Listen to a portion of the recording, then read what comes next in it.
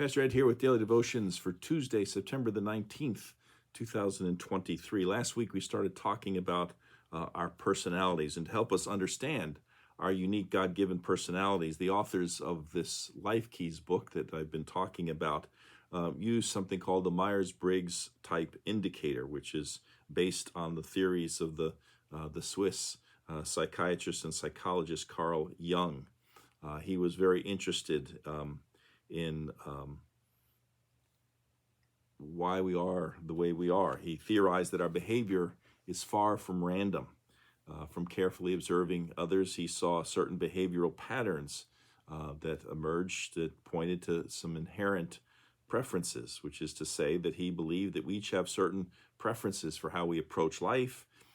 That is how we are energized, how we take in information, how we make decisions, and how we orient our lives. And while we can use any of these preferences, we prefer the ones that are most natural for us. So he'd identified 8 different preferences, and each one is commonly referred to by a letter. And these 8 preferences then mix and match for 16 distinct personality types that can be identified by a 4-letter code. From the Life Keys workbook, I ran off the page that describes those 16 types, or I made a copy of it, and I sent it to Josh. Hopefully he can post it up on the website, and you'll be able to look for it and have this in front of you as you're listening to the devotions for both today and also tomorrow. Again, each of these 8 preferences is paired off with a corresponding preference. So for instance, extroversion or introversion, sensing or intuition, thinking or feeling, judging or perceiving. And so kind of review what I talked about last week. For example, the preference for either extroversion or introversion has to do with how we are energized, either from the external world, E, or from the internal world, I. The next pairing is sensing or intuition. This has to do with how we gather information, either through our 5 senses, S, or through hunches, analogies, and connections, which they've assigned the letter N because the I was already used for introversion. So the N stands for the intuition. The third pairing is thinking or feeling.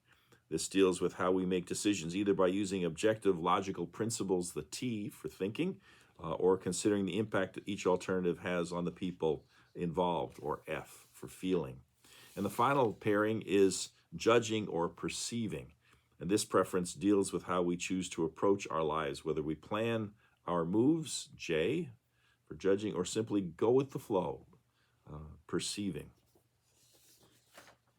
So,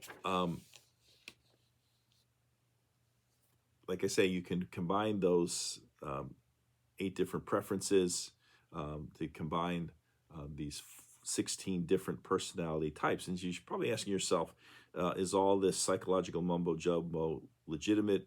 Is it even biblical?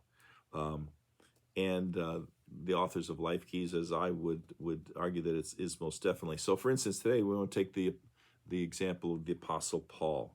Both in the book of Acts, both in chapter 26 in his own words, and earlier in chapter 9, we have his conversion experience described and how he was transformed from a persecutor of the faith to being its most famous proponent outside of Jesus himself.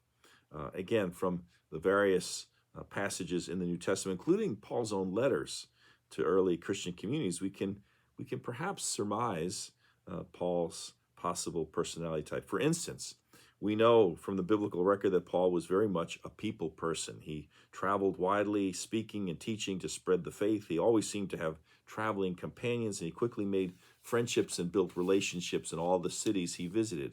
It's not unreasonable, therefore, to conclude that he had a preference for extroversion, or E.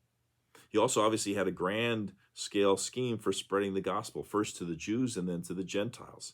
Careful reading of the book of Acts, in fact, makes it clear that if not for Paul, the Christian faith might have never left Palestine or been accepted by people outside of Judaism.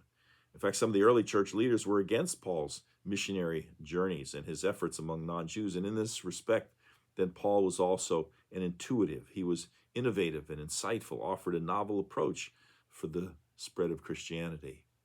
But Paul was also a thinking type. He argued effectively and persuasively for Christianity by using the logical methods of the Jewish faith. His letters in particular are typically very logical and analytical.